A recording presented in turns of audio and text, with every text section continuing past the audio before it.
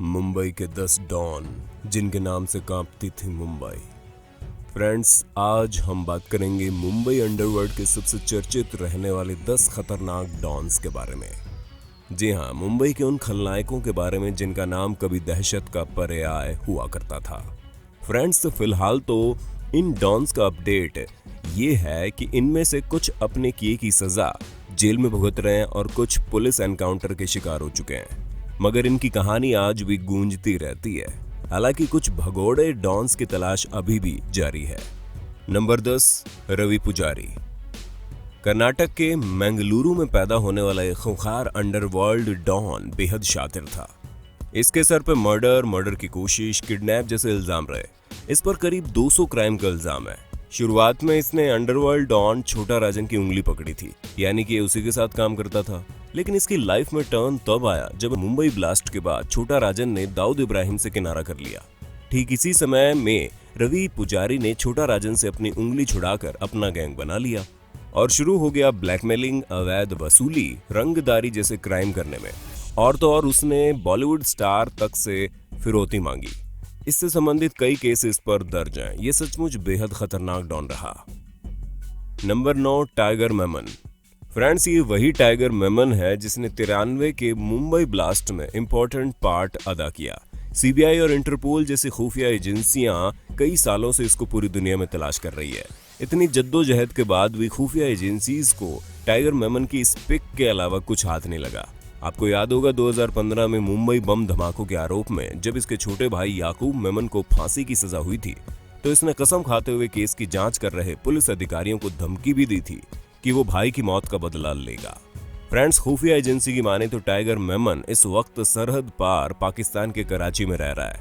कहा जा रहा है कि इसके सर पर आईएसआई का हाथ है, इसलिए बेफिक्र होकर पाकिस्तान और दुबई में घूमता फिरता है। अब देखना यह है कि ये कब इंडियन पुलिस के हत्थे चढ़ता है। नंबर 8, छोटा राजन।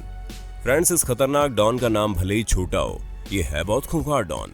फ्रेंड्स, अंडरवर्ल्ड डॉन छोटा राजन का जन्म 1965 में मुंबई के चेंबूर में हुआ था। पूत के पांव पालने में दिख जाते हैं। सिर्फ 10 साल की उम्र में इसने फिल्म के टिकट ब्लैक करना शुरू कर दिया था और क्राइम का स्टार्ट इसने बड़ा राजन के अंडर में रहकर किया था। ये इसका लक था कि बड़ा राजन की एक दिन डेथ हो गई और तब ये बड़ा राजन के गैंग का सिरमौर बन गया। यही वो वक्त था जब छोटा राजन बेहद खतरनाक अंडरवर्ल्ड डॉन दाऊद इब्राहिम के संपर्क में आया, जिसकी छत्र छाया में इसने मर्डर, स्मगलिंग, फिल्म फाइनेंस जैसे क्राइम में महारत हासिल की और इन अपराधों को खूब अंजाम दिया। फ्रेंड्स, दाऊद का साथ मिलने पर इसकी आपराधिक उड़ान और बढ़ गई। इसने दाऊद इब्राहिम के साथ मिलकर न सिर्फ इंडिया बल्कि पूरी दुनिया में गैर कानूनी काम किए, मगर 93 के मुंबई ब्लास्ट इसके गले से नीचे नहीं उतरे। ये बम धमाके दाऊद इब्राहिम और छोटा राजन के बीच के रिश्तों में खटास डाल गए। आखिरकार ये खूंखार डॉन दाऊद से अलग होकर अपने अपराधों को अंजाम देता रहा और ये अपने समय का सबसे मोस्ट वांटेड डॉन रहा था। नंबर 7, वरदराजन मुदलियार। फ्रेंड्स, ये भी अपने समय का सबसे खतरनाक डॉन रहा है, जिसकी तूती मद्रास से लेकर मुंबई तक बजती रही और इसकी करतूतों ने मुंबई पुलिस की नाक में दम करके रखा। इस खतरनाक डॉन का जन्म 1926 को तूतीकोरिन मद्रास प्रेसिडेंसी में हुआ। 1960 से लेकर 1980 तक ये डॉन हाजी मस्तान और करीम लाला जैसे खतरनाक डॉन्स में शामिल था। वरदराजन चेन्नई में छोटे छोटे काम करके परेशान हो चुका था। ये मुंबई इसलिए आया कि ये कम वक्त में ज्यादा पैसा कमा सके।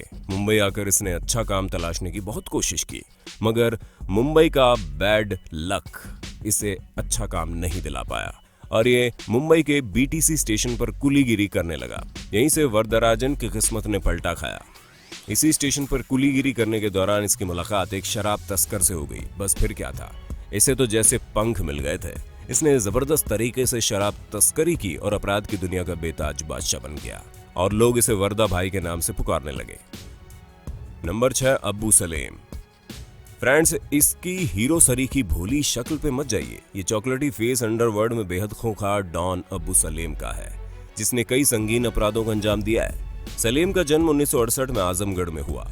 कहने को तो ये मिडिल क्लास फैमिली से था, मगर अपराध की दुनिया में आने के बाद ये जुर्म की काली दुनिया का ब्लैक स्टार बन गया। मिडिल क्लास फैमिली में जन्म लेने वाले अब्बू सलेम के पिता एक वकील थे, जिनकी एक सड़क हादसे में मौत हो गई। तब सलेम एक अबोध बच्चे की तरह ही मासूम था, मगर बचपन में ही पिता की मौत हो जाने की वजह से इसकी जिंदगी में यू टर्न आ गया। परिवार की जिम्मेदारियों का बोझ इसके कंधों पर आ गया। परिवार को संभालने के लिए उसने मैकेनिक का काम करना शुरू कर दिया।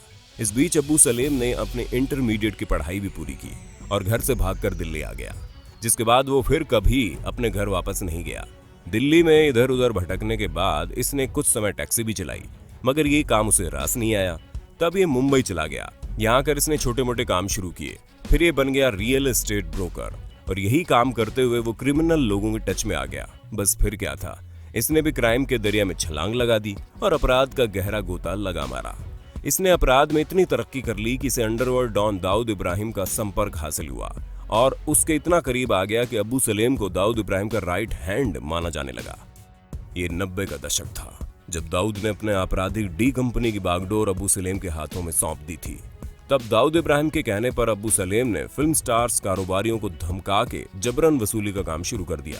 देखते ही ये इस काली दुनिया में आगे बढ़ता चला गया। इसने दुबई में अपना एक बिजनेस भी स्टार्ट किया जो काफी चर्चित रहा।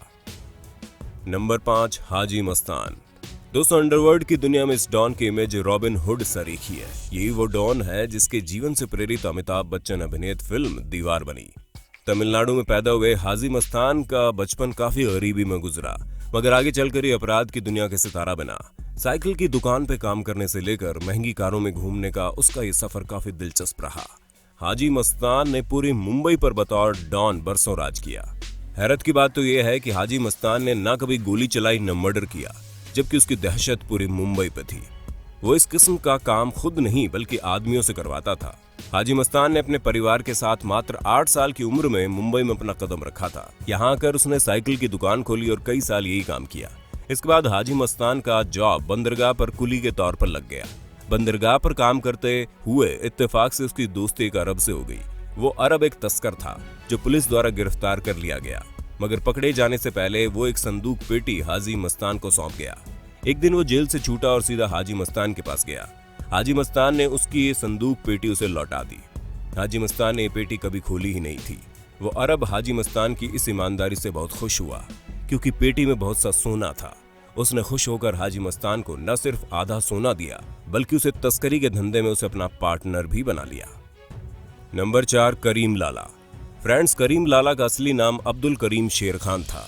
करीम लाला की पैदाइश 1911 में अफगानिस्तान के कुनार गांव में हुई।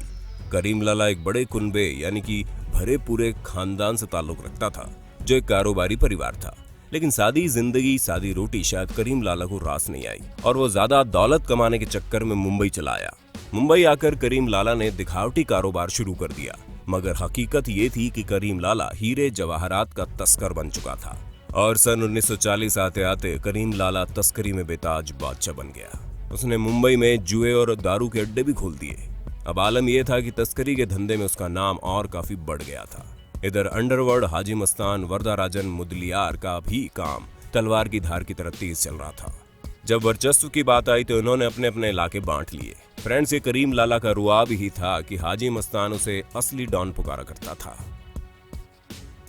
नंबर 3, अरुण गवली। अपने आप में अलग ही किस्म का बाहुबली माफिया अरुण गवली ने एक मामूली चाल से निकलकर मुंबई की माया नगरी पर राज किया। जबकि 1960-70 के दशक में मुंबई में करीम लाला, वरदराजन और हाजी मस्तान के नाम का सिक्का चलता था। वक्त के साथ तमाम डॉन की कारगुजारियां बदलती चली गई। कुछ ने तो सियासत का चोगा पहन लिया, कुछ मारे गए, कुछ देश छोड़कर भाग गए। तब अपराध की दुनिया में 2 ही खिलाड़ी बचे थे, एक अरुण गवली और दूसरा अमर नाइक, जिनके बीच मुंबई का तख्त को लेकर गैंग वॉर हुई। मुंबई पुलिस ने 96 में अमर नाइक को एक मुठभेड़ में ढेर कर दिया। तभी से मुंबई पर अरुण का राज चलने लगा। सफेद टोपी और कुर्ता पहनने वाले अरुण गवली के गिरोह में सैकड़ों लोग काम करते थे। उसके गैंग में शार्प शूटर की कमी नहीं थी। कई बिल्डर और व्यापारी अपने कारोबार को बढ़ाने और दुश्मनों को खत्म करने के लिए गवली की मदद लेते थे। बाद में गवली हफ्ता वसूली और रंगदारी भी करने लगा क्योंकि अपराध में उसके पैर जम चुके थे। पुलिस की माने तो ऐसे कई मामले थे जिनमें गवली ने सुपारी लेकर हत्या और मारपीट की घटनाओं को अंजाम दिया था, लेकिन सबूत और गवाहों की कमी के चलते वो हर बार बच जाता। लोग उसे सुपारी किंग कहने लगे थे। उसने धमकी, वसूली, रंगदारी और हत्या जैसे मामलों में बच निकालने के लिए अपने पुलिसिया संबंधों से भी काम लिया। 88-90 के बीच दाऊद इब्राहिम और अरुण गवली के बीच भयंकर गैंग वॉर हुई। वजह थी राम नाइक का एनकाउंटर। गवली को शक था कि एनकाउंटर दाऊद के इशारे पर हुआ है। डी कंपनी और अरुण गवली की इस गैंग वॉर में कई छोटे डॉन्स तो मुंबई से भाग खड़े हुए थे। नंबर 2, मन्या सुरवे। फ्रेंड्स, मन्या सुरवे को एजुकेटेड हिंदू डॉन भी पुकारा जाता है। कहा जाता है कि अगर वो एनकाउंटर में मारा नहीं जाता तो डॉन दाऊद का निपटारा कर देता। सुरवे ने मुंबई के कीर्ति कॉलेज से बीए किया था।